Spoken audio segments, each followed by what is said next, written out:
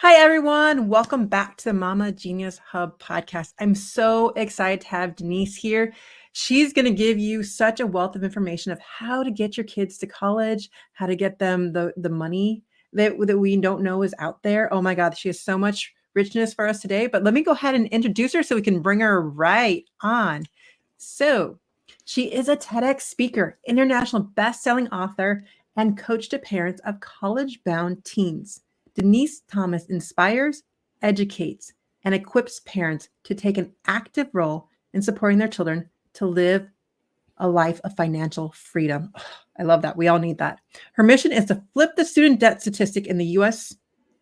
Denise is a 20-year homeschool veteran, having homeschooled her two children from pre-K through high school. Using her proprietary repetitive strategies, they attended their first choice college on 17 scholarships, exceeding $199,000. Let me repeat that again, $199,000. Walking out of college with cash in hand. That is just simply unheard of. They got paid to go to college. Denise says you can keep your money, send your kids to college on other people's cash.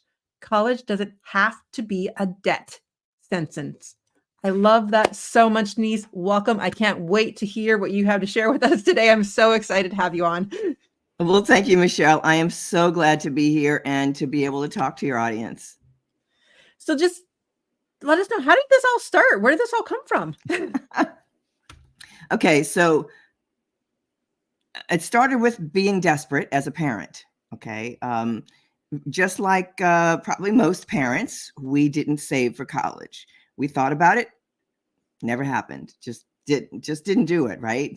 Life gets in the way. And there came a point in time when my daughter was 12, 13 years old that my husband was laid off from his job that he had had for 15 years. That layoff, then he got another job immediately so I could breathe for a moment, because we literally had just built a house. We had just built our dream home, and then he gets laid off. You're like, holy crud. So he gets another job, thank goodness, and then gets laid off again a few months later. Michelle, we were not paying attention to what was happening in our industry or in the world for that matter. And the next thing that happened was that the stock market crashed. With that crash, we lost our 401k. It was obliterated. And then we're still trying to pay bills on a new house. Yeah, it was gone in a hurry. So literally over the span of probably 6 months, a year tops, there was nothing left. We had literally enough left to buy a lawnmower and a trailer and pay a bankruptcy attorney and file for bankruptcy. And oh, by the way, you do have to pay the bankruptcy attorney. He's not free. So the bankruptcy was liquidation. Everything that we owned was sold, including the kids' toys, books, furniture, Christmas decorations, pots and pans. And I know some of us have been to garage sales or even had garage sales ourselves, but this was a whole different thing. This was having strangers come into my home and ask to purchase the pot I was cooking my dinner in. And I had to ladle the food I was cooking into a container so I could clean and sell my $200 Magnolite pot that I had received as a wedding gift and sell it for $5. But the worst part was that because we ended up having to go move to a small apartment. Why? Well, because we had to foreclose on the house. I mean, there was, everything was gone. I'm not kidding. It was all gone. So at that point in time, our dogs had to go to a different owner. That was tough. That was probably the hardest thing for me. And we moved into a small apartment. Just a few months into this apartment, I realized my daughter is starting high school. College was going to be in 4 years. How are we going to pay for college? Yeah. We have no savings left, no 401k to borrow against, no house to borrow equity from. And that bankruptcy means we can't co-sign for student loans. You see, they love to talk about student loan, the debt crisis, and all that kind of garbage. But here's the thing. That's just a political football. Truth is, for the last 3 decades, kids have had the same student debt. It's about the cost of a new car note. But the parents are co-signing beyond what would be a car note. They don't talk about that. It's parents and grandparents that have to co-sign for that amount. And then I realized the bankruptcy took student loans off the table for us. How are our kids going to go to college? So that's when I started doing the research. And that's when I realized there were some things that we've been believing for the last 3 decades that just aren't true. Those beliefs that we have, I call them myths, are what's keeping our kids in student debt. And we keep repeating them over and over and over again because that's what we're told. High school counselors tell us that. Our best friends tell us that.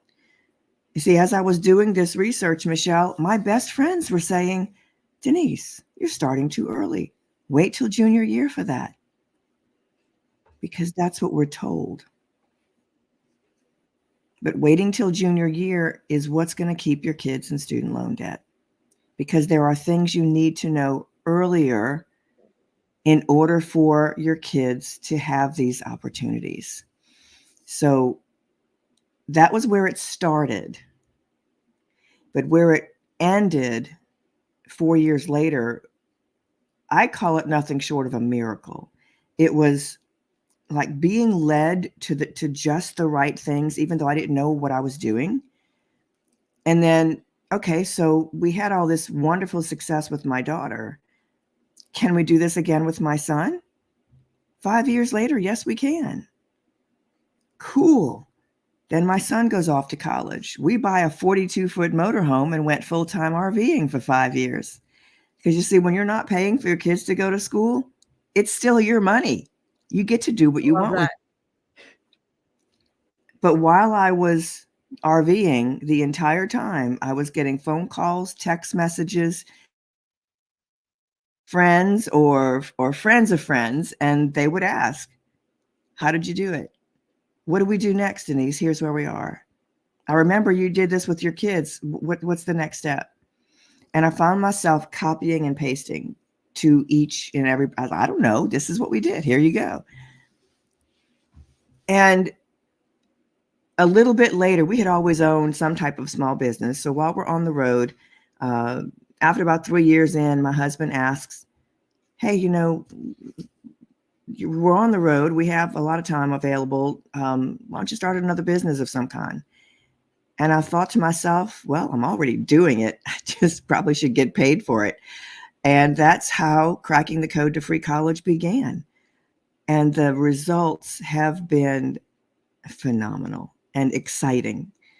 There's nothing that warms my heart more than to have a parent text me and say, oh, by the way, my kid was accepted to XYZ school and XYZ school, and here's the scholarships they won, and they're going to college debt-free with cash left over. You're right. It does sound like a miracle because that just seems insane compared to what we think as a society. I mean, you think like you're already like bracing as a parent, like saving up now as a baby for them to like go to college. And just the thought of like, okay, what's this going to cost me? And as the prices of inflation keep going up with school every year, it's like more expensive and more expensive. But I love that you have a way for us to do it without any of that. And without the stress. That's the thing that, you know, we're stressing our kids out and the parents, you know, from the time they start college or earlier, you know, and I don't believe that that's necessary. You know, if you start this process early, let's say middle school sometime, you can kind of stretch over the course of those 5, 6, 7 years, the things that you need to do and that your kid needs to do so that you're not crunched for that time, you know, 2 months before you're turning in your kids' college applications because, oh, we didn't do XYZ. Let's throw that in. again, there's a lot of myths involved here, and I'm glossing over some of them just for the sake of time. But for example, we believe that, well, our kid has to be, the jack of all trades, let's say. They have to have all of these activities under their belt to be that, quote, well-rounded student. No, they don't. Colleges are not looking for the jack of all trades. They're looking for what lights your kid up. What's the one or two things that really tell them who your child is? And when I was figuring this out for my own kids, I really didn't know what I was doing. Total transparency, none whatsoever. But what I did is I looked at what I saw that was working, not knowing what pieces were working. And I said, okay, so what sounds logical that it might impact college acceptance or winning scholarships? And we implemented all of those things with our kids. And when you think about it, it does make sense. Colleges are technically looking for three things. Are you going to pass and graduate? That affects their statistics. Well, your GPA and test scores tells them that. Truthfully, people have said over and over again, oh, test scores don't tell you anything. I call bullcrap. There's a reason colleges actually still want them. And no, colleges are not, quote, test optional. We have heard that for the last 3 years because of COVID. They went test optional for a short duration for the purpose of COVID because kids couldn't get tests taken. But there are two different departments here, the admissions department and the financial aid and scholarships department. Even the admissions department, and right now, only 50%, half of colleges are still test optional. So if you look at the statistics, though, those colleges that are test optional still, they accept 250% more kids with tests than they do without. That should tell you something. It tells you that without the tests, your kids need to have something special to overcome that obstacle because you didn't turn in the tests. So there's just these little things that we kind of come upon. And as I said, they're looking for kids that they're going to pass and graduate. They're looking to see how you fit into the campus community. What kind of contribution will you make? And more importantly, what kind of an alumni will you be? Some of that's a gut check. Some of it is experience. They've looked at thousands of applications. They know what they're going to get when they accept certain kids. So figuring this out takes time. And it took, I'm not kidding you, 7,000 hours of research between my two kids. But it just flippin' worked. And when I asked at the end of all of this stuff, when I was getting ready to put it online after working with friends and relatives and their friends and relatives, I asked, what makes this different? What do you see as the difference in what we're doing with cracking the code to free college versus, quote, everything else out there? And what came about just blew my mind. It's like, yeah, you're right. It's the difference between Six Flags and Disney World. They both have the same components: rides, food, entertainment. And your college application for your kid will have the same, quote, components as everyone else's application. However, what makes Disney World different from Six Flags is marketing and storytelling. That's the difference. And that's what we're doing when we are using Cracking the Code to Free College. We are creating the marketing for your child. We're creating your child's personal brand that markets your child to the college and scholarship committees, telling the story of who your child is. It's a completely different mind thought process of how this works. And you're flipping it. colleges advertise to you. No, now we're advertising to the college. Do you So want you were this? so you were saying that we should start in middle school. So what are some of the things that we as parents should start to do as they're progressing through the grade levels? I am glad you asked that. Well, obviously, there's the things that are important where it comes to grades, GPA and test scores. Your kids need to get study skills. And I know you've got kids that are brilliant and they don't need to study. I get that. But there are certain study skills that you can impart even when your child is a flippin' genius, okay? Such as, oh, great, you know that really well. You got A's on all your homework and your tests. Fabulous. Teach me that thing. Because when you're teaching it to someone else, you're learning it better yourself. It's one of the many study skill strategies. So teach your kids study skills early. Second, when it comes to finding the thing that your child loves to do that really lights them up, give your kids opportunities during the middle school years. This is the time to explore. So maybe little Johnny or Susie's been playing baseball since the age of 3.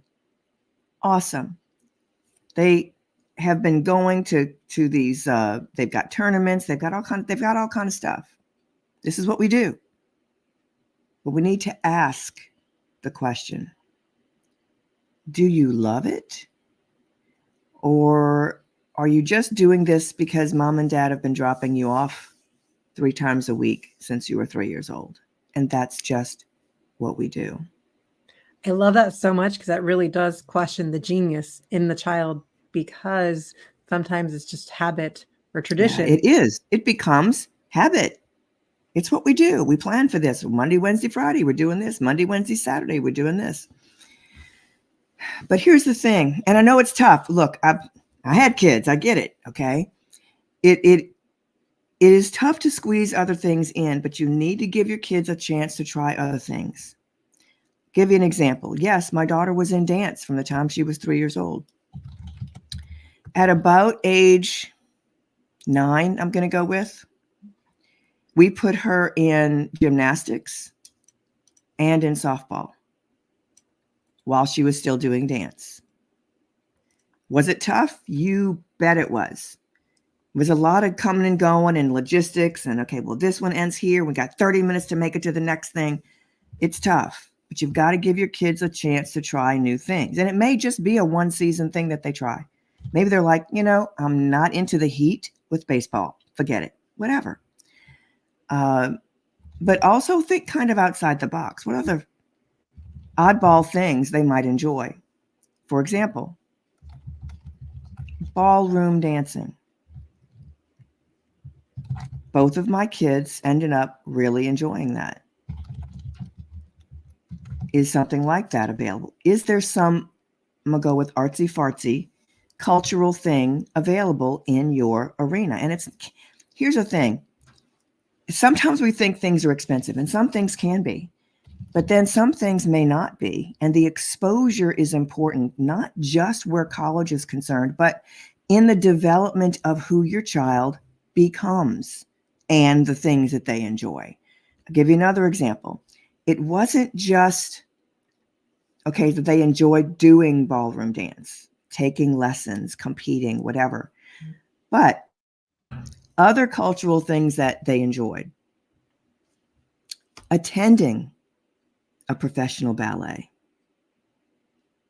attending a Philharmonic Orchestra rehearsal. Guess what? The rehearsals for these things might be free or $5 or $10 per person versus 60. Going to an opera, going to a tea room, having tea, learning about the history of tea when you go. See, everything doesn't have to be just entertainment. It could be something that really becomes a learning opportunity. And I homeschooled my kids. So for us, I always believed everything you do has an educational side to it. Going to the grocery store is educational. So give your kids opportunities. I love that. And I love like giving the opportunities and then really seeing what fosters in them because of the opportunities. And so it's so vital. I mean, especially exactly why you're here, why we're doing this podcast is opening up those possibilities. Because I mean, ballroom dancing wasn't even something that like, but it's just throwing those ideas out and seeing if anything takes. I mean, you don't necessarily have to start with the classes of ballroom dancing. Maybe watch an episode of one of the shows and see if your cat is even interested in it. But just it's that exposure. I love that idea and getting out there. And really, you're right. In middle school, it really is that turning point for them to like maybe they have been doing something forever, but maybe they're burnt out now. And so it's time to readjust and rethink these things through. And I love that so much just to rethink that through. So what are some of the other like things that we should be doing in terms of scholarships, or how do we apply for some of those? Okay, so I'm going to blow your mind. Scholarships for college begin in kindergarten. Whoa, I'm blown. There is literally one scholarship or two that are just for kids age 5 or so, kindergarten grade level. That one is the Doodle for Google scholarship. Now, if you've ever used the Google Chrome search engine, I'm sure you've noticed the drawings around the Google logo. They're usually holiday themed or what have you. Might have little houses drawn around it, could be little Christmas lights, whatever. Those are entries or winners for the Doodle for Google scholarship contest. And it goes from kindergarten all the way through, I believe, I don't know if it stops at 8th grade. No, I think it goes all the way through high school senior year now. And of course, your kindergarten is not competing with 8th graders. Okay. It's categorized based on grade level groupings. But your kid could win $1,000 or more. So that's just one idea of what's available. Now, there's not very many scholarships that your child will qualify to apply for age 13 and under. There's just a handful or two, probably 20 or so even available. So just maybe a handful your child would qualify for. Once they hit high school freshman, sophomore, and junior year, there are scholarships available, probably a few hundred or so. The second they become high school seniors, which, by the way, is the moment they leave junior year, that summer between is their senior summer. There are scholarships that become available as high school seniors. That is 1.7 million scholarships available for high school seniors. Did you miss the boat? After that? No.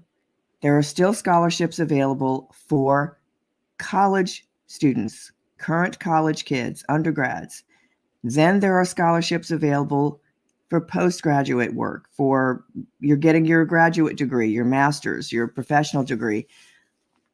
There's scholarships for medical school and vet school. I kid you not, until the last parchment is in hand, keep looking for free money. It's available. Wow. So do you have a system in your program that allows to help search for the scholarships, or where do we search for all this? I do, and it's also in my book. I have my program. Finding scholarships is probably 10% of winning, is what I would call it, of winning the whole enchilada. Finding scholarships is a lot easier than people think, simply because there's just so many. There's 1.8 million available, totaling $23 billion given away every year. So the money is available. Finding it is actually easier than parents think. People will say, and you will hear, start with local scholarships. Yes, because local scholarships, well, the pool of applicants is going to be smaller. It's just your local community. But there are fewer of those than there are national scholarships available. And local scholarships are only available for high school seniors 99% of the time. So the scholarships for the younger grade levels and the older ones are generally going to be found with an internet search or with searching on databases. And in my program and in my book, I cover 17 methods of finding scholarships that your kid has the best chance of winning. Because you don't want to be applying for the wrong scholarships that they really don't care about. And you want to know how to win. What does it take to win that particular scholarship? What are they looking for in the winning application? So it takes a little bit of time. That's probably the most amount of time that you'll take in the program. The rest of it is very straightforward. Well, everything is pretty step by step. I'm a very logical engineering type of person. So that's where I'm coming from when it comes to doing the process. I was in a conference recently, and another fella had come over to take over my booth so I could go and have lunch. And when I came back, I found him reading my book, and he was literally on the last, 15 pages or so. And he said, just a minute. And I'm noticing he's speed reading. He's literally flipping pages and running down the page and speed reading. So he finishes the book, and I said, what'd you think? He said, it's extremely step by step. And I wish I had this a few years ago, because he was already in his second year of his master's. So it really is step by step, and it's very easy to do. But winning takes a whole different strategy. Finding them is a lot easier than people think. Well, I just have to thank you so much, because you've broken the biggest myth out there. Is it we have to accept that we're going to be in debt from our own experience and from our kids' experiences, even more so, and that we should always be saving for them. But you just given us a whole new perspective, a whole new avenue to explore. Again, unlocking the possibilities of all of this. And so I just want to thank you. And we're going to run into our 5 questions before you tell us there is a free gift for everyone who's still on with us, but we'll get to that in just a moment. We're going to go through our 5 questions with Denise right now. So number 1 for you is share your favorite book or research that has had a significant impact on your journey as a mom, or in your own journey, however you want to take it. Awesome. Well, there was a book that one of my mentors had suggested, and it's called Essentialism. It's really looking at what are the essential things you really need to be happy in life. So that's really a good one. And there are plenty of other phenomenal books out there. I'm sure you've got a list of titles from your people. There was another book that talked about raising kids, and I wish I could remember the title of the book. But this was about, 30 years ago. And my daughter's preschool teacher required all the parents to get this book, and she taught a class on it for 6 weeks. What I loved about this book, and remember about it more than anything else, was to give your child choices. I don't care how old they are. They can be 18 months old. Doesn't matter. Your kids understand. Give them choices. However, whatever of the 2 choices you're weighing or that you want your child to decide on, they're both okay with you. So, for example, your child may be out on the front lawn playing with friends, and it's time for dinner. And your child doesn't want to come inside for dinner. So you ask, well, you can either walk inside or I can carry you in. Which would you prefer? Give them choices where both choices are okay with you. So if it's 30 degrees outside, you don't give the choice of the long sleeve sweater versus the t-shirt. Which of these 2 long sleeve sweaters would you prefer? I love that. What you're teaching here, you're teaching not only to make good choices, but you're teaching critical thinking, and you're allowing them a choice in their life, right? There's just so many examples I could give of that. But that was part of an instrumental parenting strategy that I used throughout my parenting as well. I love that concept, though, of having the idea of having 2 choices that you're okay with, because sometimes that part is left out, and we're like, give your kids choices, make sure they have choices, but like make sure that you're okay with the choices that are given. That's such a different twist on it. I love that. Number 3 for you. Oh, sorry, number 2. What is a special family tradition or ritual that brings joy and connection to your household? For us, as soon as I'm the oldest of 4 kids, as soon as the kids all left home, my dad said Christmas or Thanksgiving, what have you, whatever the holiday was, Easter, is when we're all together. It doesn't matter that it's not on the day. It can be 2-3 weeks before, 5-6 weeks after. Doesn't matter. It's when everyone is together. That is our Christmas. That is our Easter. That is our Thanksgiving. And you have to think, in any time you're developing traditions in your family, how does that impact your child growing up as an adult? What are they seeing in that? And what they're seeing is that you are more important than the day itself. And that makes it so much this particular tradition made it so much easier going forward when your kids have spouses and they have their own kids, and okay, well, the spouse has a family, so who gets Christmas this year? That kind of thing.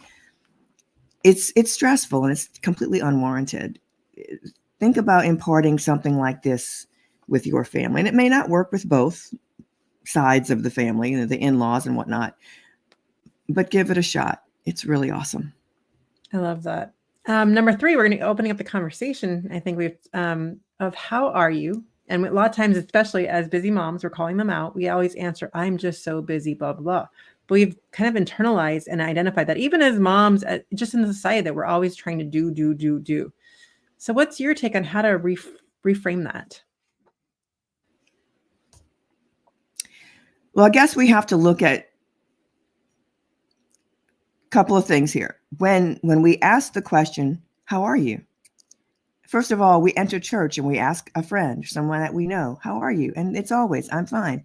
It's not a conversation starter anymore. It's a conversation stopper, because we're not really getting to the crux. And we need to teach our children this as well, because our kids are growing up not knowing how to start or continue a conversation. They don't, when they're in the workforce, which is coming, they don't know how to build team members because they can't build these relationships personally to begin with. So instead of, how are you? Think of something specific that you know about that person. Or if you don't, we'll get into that too. But if you know something about that individual, ask about that thing, not the general, how are you? Mm-hmm. Oh, your mama was sick last week. How's she doing? Start the conversation. And if you don't know anything about the individual, your kid has just walked into their new job, ask a coworker, hey, I don't really live this, real close to here. So where's a good place to find a burger? Start an actual conversation. I love that. Leads us into number 4. Describe what genius means to you and how you feel when you live in your genius zone. I always think about my kids first with regard to these kinds of questions. So in understanding what someone's genius is, part of it is knowing they've had the opportunity to find it to begin with. And for me, my genius zone is research. I am so honed in, and I don't care what the topic is. It can be a high school to college or beyond topic. And I will have, I kid you not, 15, 20 tabs open. Only? I have a hint for that as well. So don't let me forget that about those tabs. Logic, being logical about making decisions rather than emotional is extremely important, especially when it comes to making college decisions. We have allowed marketing to make it an emotional decision, and it is not. This is a financial decision. Your daughter's wedding is an emotional decision. Okay, having a baby is an emotional decision. What college to attend and how much to pay for it is a financial decision. 2 totally different things. So get the emotions out of it. But my genius zone is the research. I love researching literally everything. And I have imparted that with my kids, as well as teaching them logic. That is probably one of the most important things you can teach your kids. Because today, a lot of what they see on television is bringing in emotion to decisions that should be logical. So please, if you do nothing else, if you take nothing else from this conversation, teach your kids logic. When I asked my kids when things were going bananas, at their age level, right? Their age level. And I said, and I asked both kids, why are you guys still grounded in our values as a family and not being swayed by what I call the rhetoric of today? And my daughter said, because you taught us logic. Logic, discernment, how to read for bias. 3 things that are extremely important as a young adult going forward in life. Please teach those things to your kids. Now back to the tabs. If you have a bunch of Google Chrome tabs, there is an extension called OneTab, ONETAB, and it will bring all of those tabs together into one. And all the links on that tab page are live links. It's not just a description of what it is or the title. You can literally click on it and open that link again so you don't lose them. But Okay, now they're not taking up your computer mind resources. blown right now. What is that called? OneTab, you said? OneTab, ONETAB. I love that. And I love how you said the idea about logic, because especially with the internet and so much out there, they really need to learn to discern that for themselves and go, okay, this site, there's no validity in this site. Like, I'm not going to listen to this, especially with all the fake news out there. Yeah. There's just so And much. Exactly. If you think about, and I've taught my kids, when you have to get past the headline. The headline is just a lead in to get you to read, to get you to open the page, whatever, to get you to buy that newspaper. More than half the time, what you really find if you literally read it all is that it's not about that at all. It might be just the opposite, to be honest with you. And here's a couple of other tips with regard to high school to college. You will see a headline once or twice a year. Name your inner city student wins $1.2 million in scholarships. No, they didn't. No, they didn't. They were offered that number because they added up all the schools the child applied to, and there's more than 100 schools. And they added up all of the scholarship offers for each school. Well, if the article bothers to tell you how many schools it was, and you do the math, you'll realize they earned maybe $35,000 in each school is what was being offered. So they still have to find at least $70,000 just to attend their state flagship university or more. You can only accept one school scholarship. Therefore, you only won one scholarship. And also use caution. I have seen this numerous times. Other consultants in the industry will use those types of advertising tactics. And I have implored some of them to please change the way they are saying this. Well, I won $600,000 in scholarships. No, you didn't. I won $900,000 in scholarships. No, you didn't. I've asked them because it's lying. I'm sorry, hands down, it is lying. You did not win those scholarships. You could only take home one of that particular number.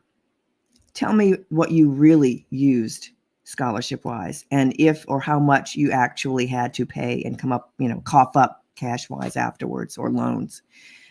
So again, parents, you've got to use caution when you're using the internet and Facebook pages for getting your information.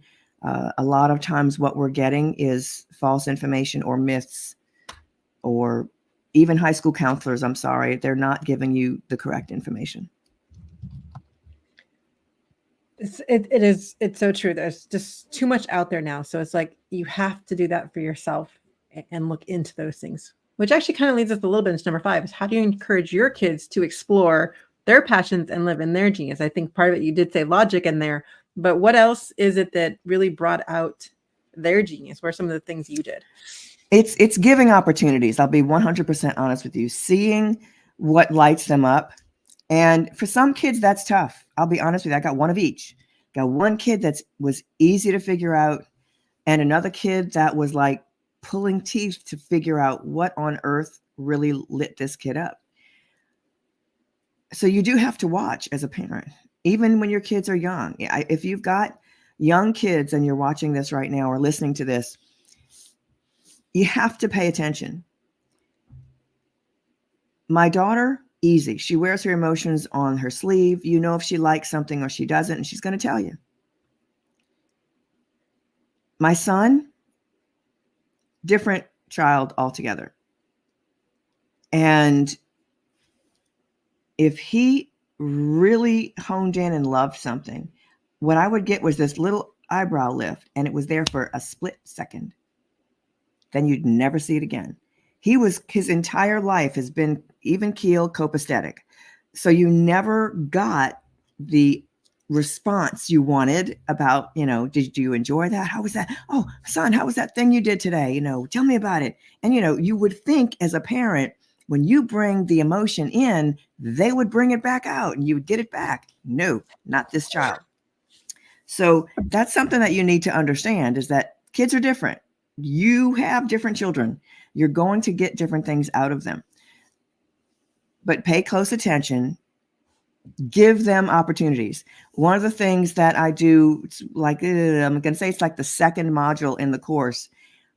We talk about activities, but what I give you is a page of, I'm going to call it more typical activities for high school kids. And it's probably 100 different things on there. The reason you get this checklist is twofold. Number one, if your kid is in middle school, because we do start as early as middle school, then use it as a jumping off point that says, what would my kid like to do? Print 2 copies out. Give one to your kid and one for you. And check the box. Your kid's going to check the box. Ooh, that looks like fun. Or they'll, circle the things that they've already completed or done or tried.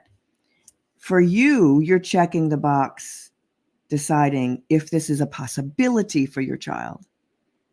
For example, your kid may check the box, skydiving.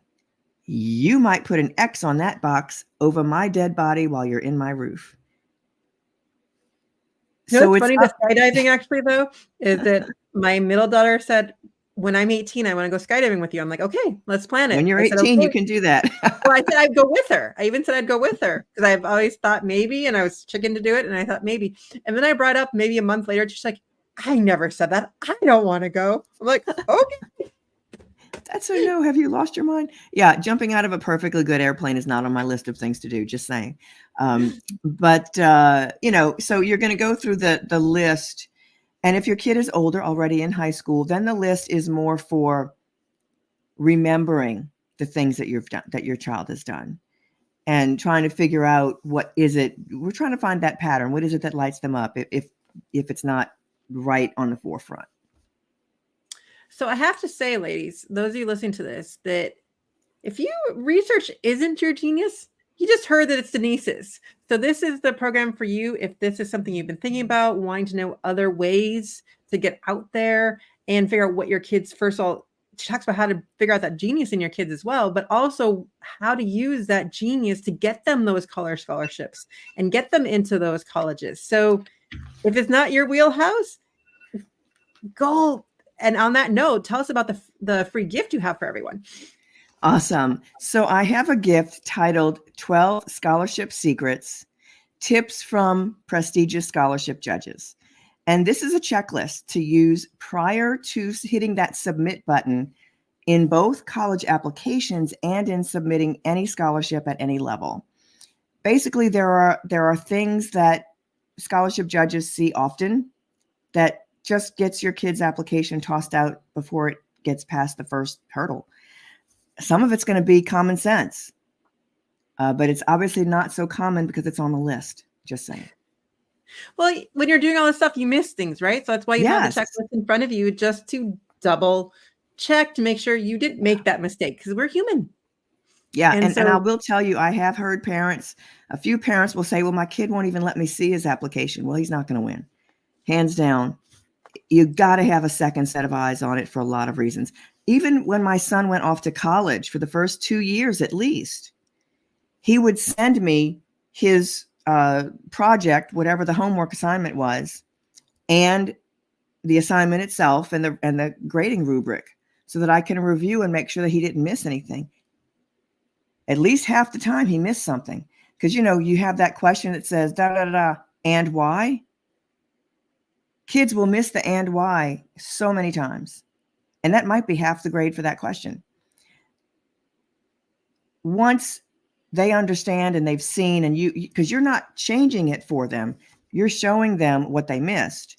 Now it becomes something they learn to check for. And at a certain point in time, they don't need your help anymore. They got it.